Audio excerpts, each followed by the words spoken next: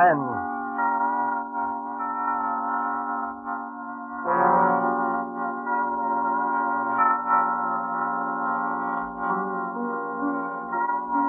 The Man in Black, here again to introduce Columbia's program, Suspense. With us in Hollywood tonight as star is Mr. Otto Kruger, whose career on the screen and on the stage has afforded him a precisely equal number of appearances as a character on the right and on the wrong side of the law. Whether the man Mr. Kruger portrays tonight is devil or saint, we shall leave for you to judge when the play is over. It is called After Dinner Story. The author is Cornell Woolrich. The radio adapter, Robert L. Richards. And so, with the performance of Otto Kruger as Mr. Hardecker, who told this extraordinary after-dinner story, we again hope to keep you in suspense.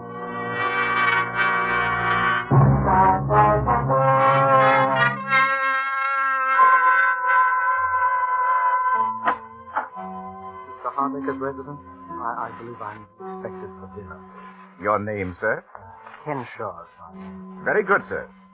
Mr. Hardecker? Mr. Kenshaw, sir. Ah, number one. Good evening, Mr. Kenshaw. Is this where Mr. Hardecker lives? My name is Lambert. Mr. Hardecker? Mr. Lambert. Number two. My name is Prendergast. I think Mr. Hardecker? Mr. Prendergast. Number three. Mackenzie's the name. Mr. Hardecker? Mr. Mackenzie. Number 4.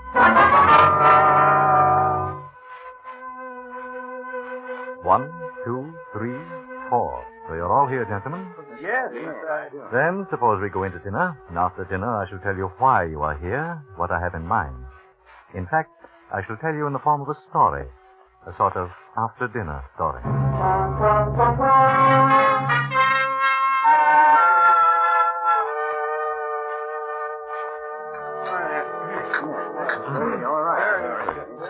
Cup of coffee. I enjoyed it. Did you pass that? Well, gentlemen, did you enjoy your dinner? Yeah, well, yeah. Then, if you'll excuse me for just a moment, I have certain instructions to give the servants, and after that I shall rejoin you. I shan't be long. Certainly. Well, what did that crack mean? Certain instructions to the servant. How should I know? I don't like the looks of the whole thing. Why all the mystery? Well, I suggest that you have patience, Mr. Prendergast. Mr. Hardecker clearly intends to tell us in his own good time. Yeah. And another thing. I don't eat in those fancy Park Avenue joints of the room myself, but I've seen them in the movies. They always pass the food around to everybody. They don't bring it out of the kitchen already on your plate and just hand it to you.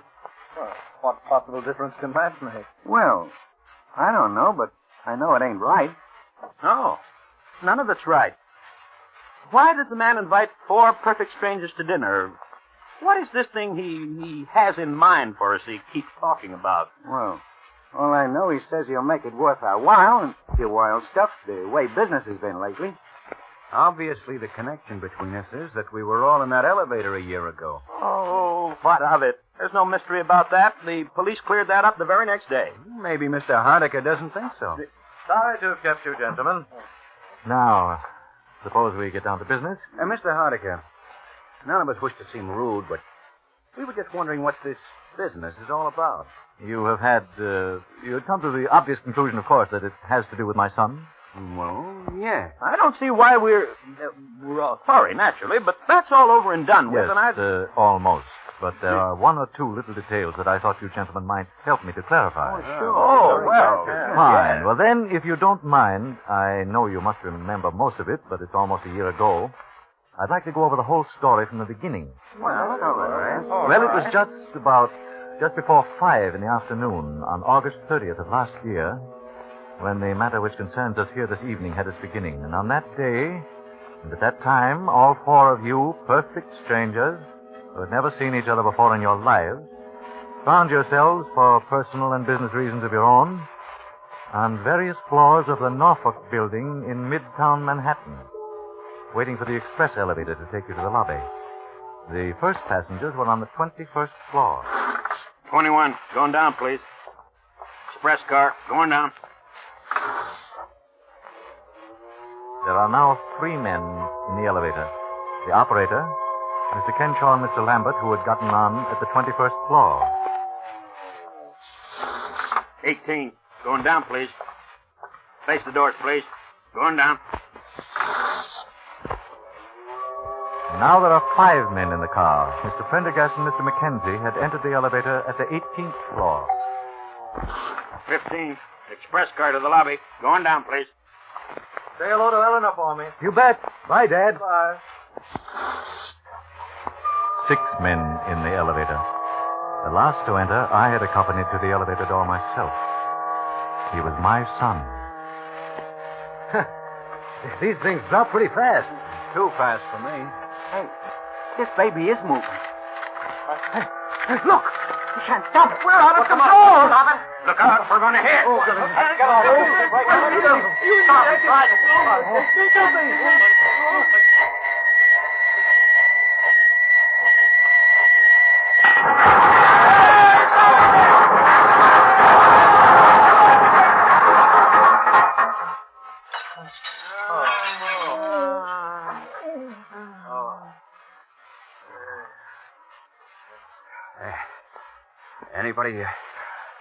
Anybody got a match? I think my leg's broken. Get me out of here. I got a wife and kids. Somebody get me out of here. Get me out of here. Shut up a minute, can't you? You're not the only one with a wife and kids. Has anybody got a match? You've got to get this door open. Yeah. I don't have it. Liable to suffocate in here.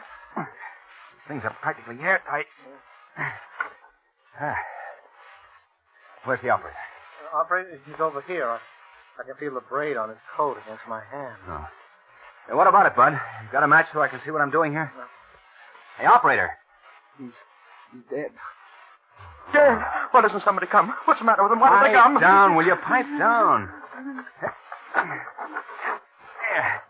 Yeah, I got it. Now we'll get a little air anyway. Oh, there's a light up there somewhere. Yeah, I can hear voices. Say, there's no use taking your head off. They know we're down here. I wish my leg didn't hurt so bad. Oh, let's see. Try wrapping your shirt around it tight. May stop some of the pain. Thanks.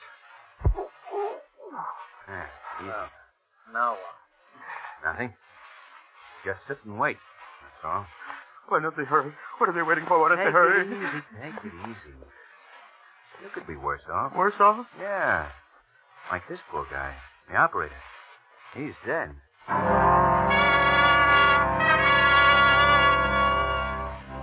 And so you waited. 6 men, 5 living, 1 dead. I know how it must have been for all of you, the minutes dragging by, there in the darkness, with nothing to do but wait. How's your leg? Got it. How long do you suppose we've been down here? Well, that's hard to tell. Maybe they think we're all dead. Maybe they're just taking their time. Don't worry. They heard you hollering all But right. Gee, the poor guy. I wonder if he had any kids. The operator? Yeah. I often wondered sometimes what would happen if one of these things ever slept. Well, now you know. I'll never ride in one again. So he's going to walk up 68 stories to the Rainbow Room. I don't go to the Rainbow Room. Oh, I'm certainly glad my father didn't get on this car with me. He was going to, but he changed his mind. Wish I'd changed my mind. You know, if I hadn't gone back to make a phone call, I'd have been on another car. What's the use of wishing? It's happened, and here we are. Listen, there they are. They're going to get us out. Yeah. Hello! Hello up there! Yeah, we're coming to you. Take it easy. Hurry, can't you? Hurry! Hurry! Wait a little hurry. Anybody hurt? Yeah, one guy's dead. We'll be through to you in a minute. Okay, Ronnie, let it down now.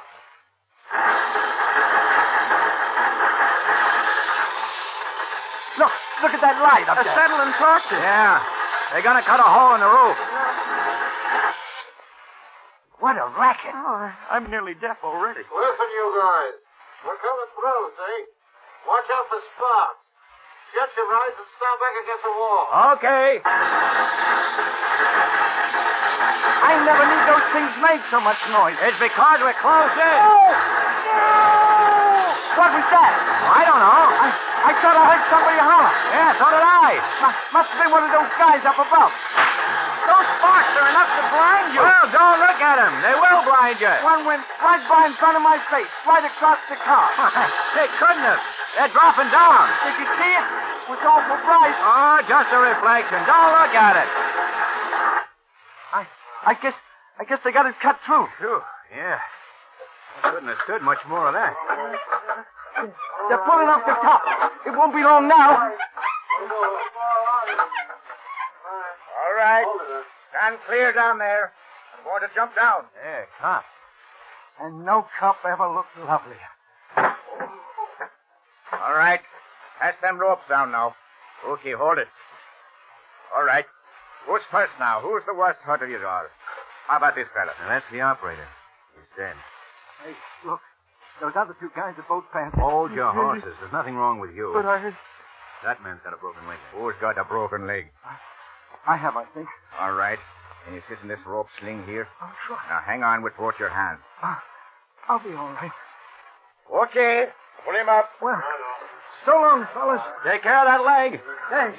Yeah, thanks. My name's Lambert. Mine's Mackenzie. Maybe we'll run into each other sometime. Yeah. Well, so long.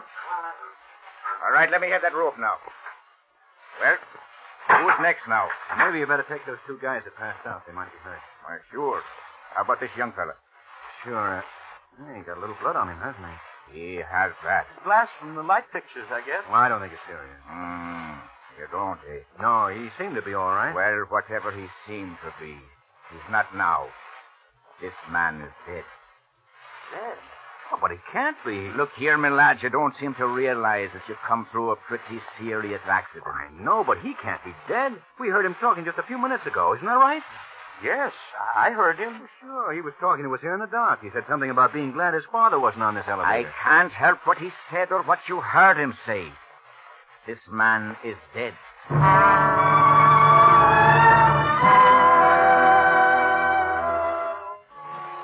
My son, who had survived the original accident without apparent injury, was dead. You gentlemen were more fortunate. You lived. 5 days later, you four met again at the police headquarters, about 2:30 on a Friday afternoon. The last to arrive was Mr. Lambert. Here, Mr. Lambert. Thanks. Hello there. Hey, how's the leg? Pretty good. Mr. Lambert? That's right. I'm Chief Inspector McMahon. I do. We'll just take a seat there. Well, we all here now? Mr. Kenshaw, Mr. Pendergast, Yes? Mr. McKenzie, That's me. Mr. Lambert. Yes, sir. Well, now, as I told each of you over the phone, I won't keep you very long. I just wanted to ask a few routine questions about that business of the elevator the other day. Well, what's the matter? Something phony about it? Not for our money. It's an open and shut case. Suicide. Suicide? Yeah. You mean the operator wanted to bump himself off so he could... No, not the operator. He died of a fractured skull. It's young Hardiker we're interested in. His father's been raising a row, so we said we'd investigate. But, I still don't get it. Wesley Hardiker was killed by a .32 caliber bullet through the heart. You mean he killed himself right in that car with all of us? What else? He wasn't shot when he walked in, and he was dead when we brought him out. Unless one of you killed him. Whoa. What now? Any of you know him? No. Well, then there you are. Even the father had to admit that as far as he knew, his son had never seen any of you before in his life. But it don't make sense. What don't make sense? Well, I mean, a guy shooting himself in an elevator with 4 other people that nobody didn't even know it. Did any of you hear the shot? Not before they started the blowtorches. I can swear to that. After that, you couldn't have heard one anyway. Yeah, you see. Hey, waiting. Did you hear something? No. But Mackenzie, remember I said when I was laying on the floor of the elevator that I thought I saw a spark from one of those blowtorches that went across the car instead of falling down? That's right. Anybody else see it? The blowtorches were absolutely blinding. You couldn't see a... How about you, Mr. Kenshaw? I'm afraid that I fainted or something silly like that. I'm not a very strong person. Well, it was probably the gunshot, all right. Nothing very mysterious about it. The gun belonged to young Hardiker, licensed in his name, and had only his own fingerprints on it. Well, maybe I shouldn't ask, but why did he do it? The official verdict is suicide while of unsound mind. He seemed all right. He talked to us perfectly sensibly just before it happened. Just goes to show. You never can tell, can you? Oh, he'd always been nervous and highly strung. We got that out of his father. The strain of being down in that black pit was just too much for him, that's all. Oh, what a terrible thing. To break down just as we were about to be rescued. Yep, it's too bad. Boys seem to have everything to live for, too. Must we find that sort of thing all the time? The noise, I suppose. I've read of cases of nervous breakdown caused by noise. Yeah, that's it. Well, I guess I don't need to keep you gentlemen any longer. Well, I'm certainly glad there were no complications. Oh, don't worry. If one of you had anything to do with it, you'd be back in the cell right now.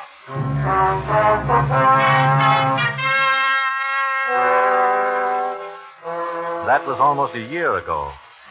Last week, each of you received a phone call from me. I can well understand and sympathize with the fact that you were somewhat astonished, perhaps a little suspicious of what you heard. I don't doubt that most of you debated at some length in your minds the advisability of accepting my invitation at all. You, for instance, Mr. Mackenzie, you are married, as I remember. I imagine that you talked quite seriously with your wife about the whole affair. I phoned your home, I believe, at about 8:30 last Monday evening. Yes? This is Mr. Mackenzie speaking. Well, I'm sorry, but I don't seem to place you. Oh, of course, Mr. Hardy. Well, frankly, I don't see the point. You don't know me, and I don't know you. Yeah. Yeah, I see. Well, all right, Mr. Hardiker. I'll be there. That's a funny name. Who was it, dear? His name is Hardiker. Father of that boy who killed himself in the elevator last year. Oh? Well, what did he want?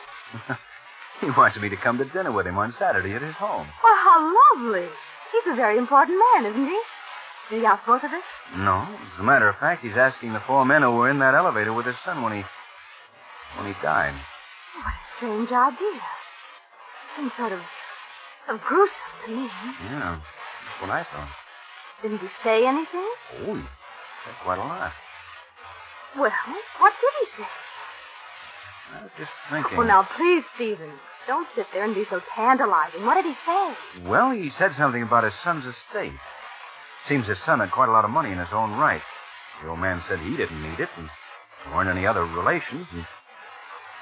Well, he sort of hinted that he thought it might be a good idea to split it up between the 4 men who were with his son in his last moments of life, as he put it. Why, Stephen, how wonderful. Why aren't you excited?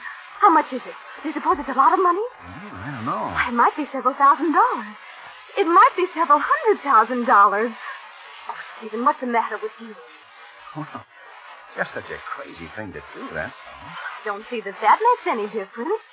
If a man wants to do a nice, kind, generous thing. Look, honey, if it was generosity, he'd give it to charity. If it was a sort of memorial to his son, he'd set up a scholarship or build a hospital or something. Well... The old man was pretty broken up about it when it happened. I remember reading something about his being in a sanitarium for a while afterwards.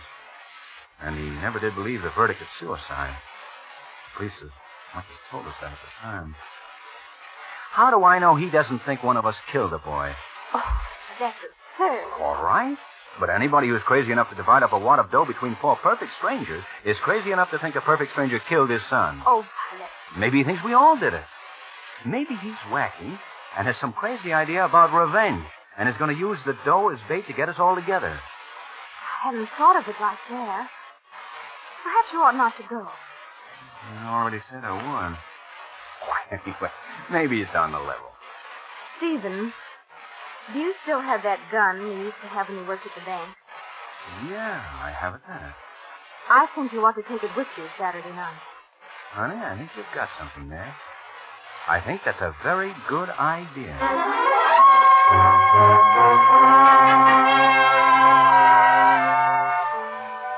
And so, gentlemen, I'm quite gratified that you all saw fit to accept my rather unique invitation, and that we are all here together this evening. By the way, Mr. Mackenzie, I'm afraid I must ask you to give me that gun that you brought along.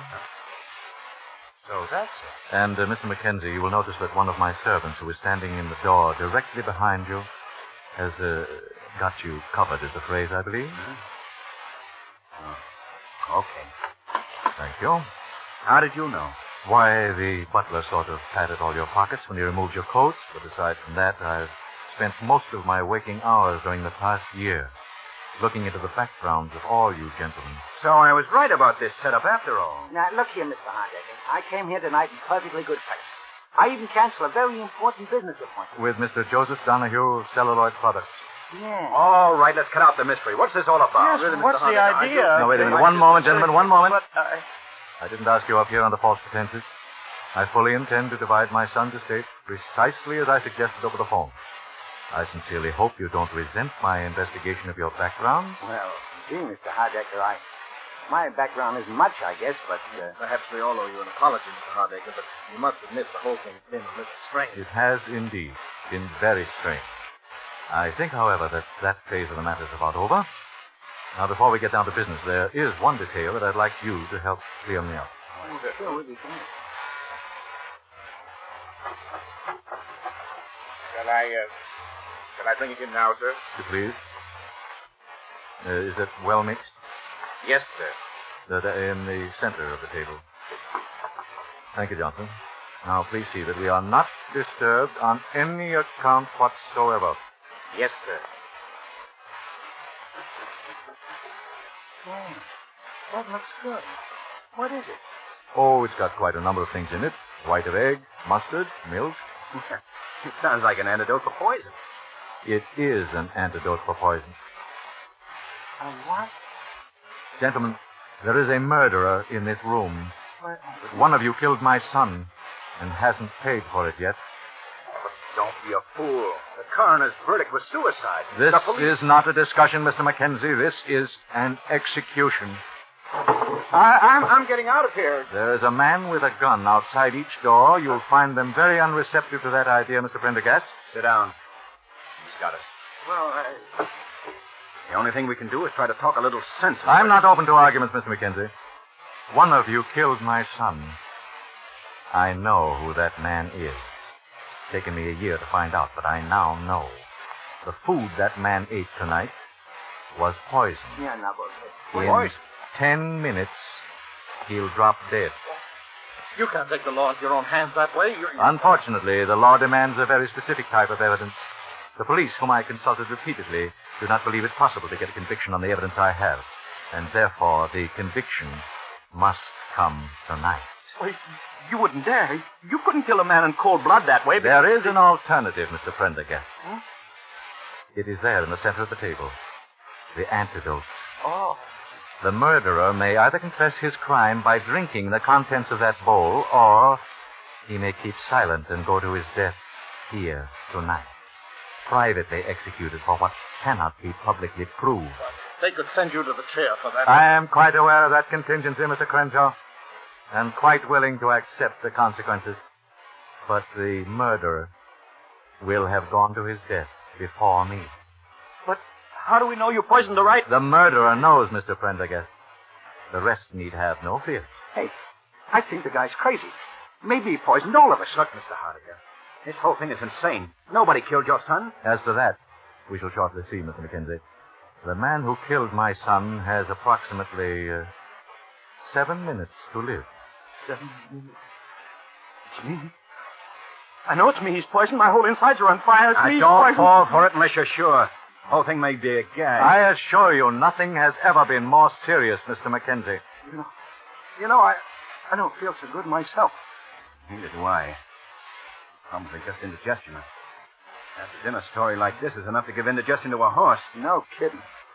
Hey, supposing this guy's a man.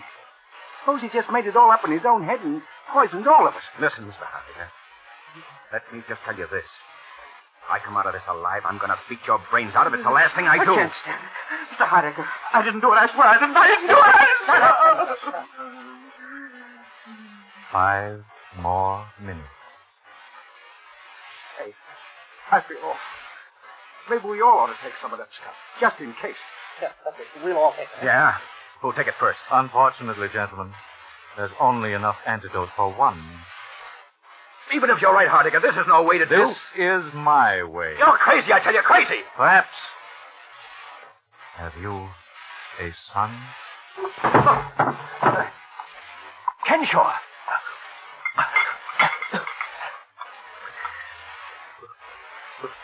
Will he save me? Well, gentlemen, now you know All right. All right, what do I care? I killed him. And I do it again. I hated him all my life. School, in college, he never even knew that I existed. He was too good for someone like me. And he had everything. Money, everything. Then he married the girl that I loved. She didn't know how I felt. I never told her. And then she died. Pneumonia, they said. She wouldn't have died if she hadn't married him. So I killed him. I saw him get into the elevator. And then it fell. It fell. It was as though God had delivered it into my hand. It came to me there in the dark. I choked him. I choked him, and then he got out his gun. And I put my hand over his, and I turned it against him and fired. But I'm glad. I'm glad. Oh, look. Help him, somebody. Help him. Here, hold up his head. Yeah. Never mind. He's dead. It didn't work in time. You killed him, Hardiker. No, I didn't. I tell you, he's dead. Yes, I know. But what he drank was not the antidote. It was the poison. Poison? You see, I didn't exactly know which of you killed my son. I only knew that one of you must have. And so Robert Kenshaw convicted himself in front of all of you and was his own executioner. But then, he was never poisoned at all until... Until he drank the contents of that bowl. Gee. I shall divide the estate, gentlemen, as I promised. Meanwhile, you may call the police if you like. Let the law and divine providence decide whether this man died by my hand or by the guilt that lay upon his own soul.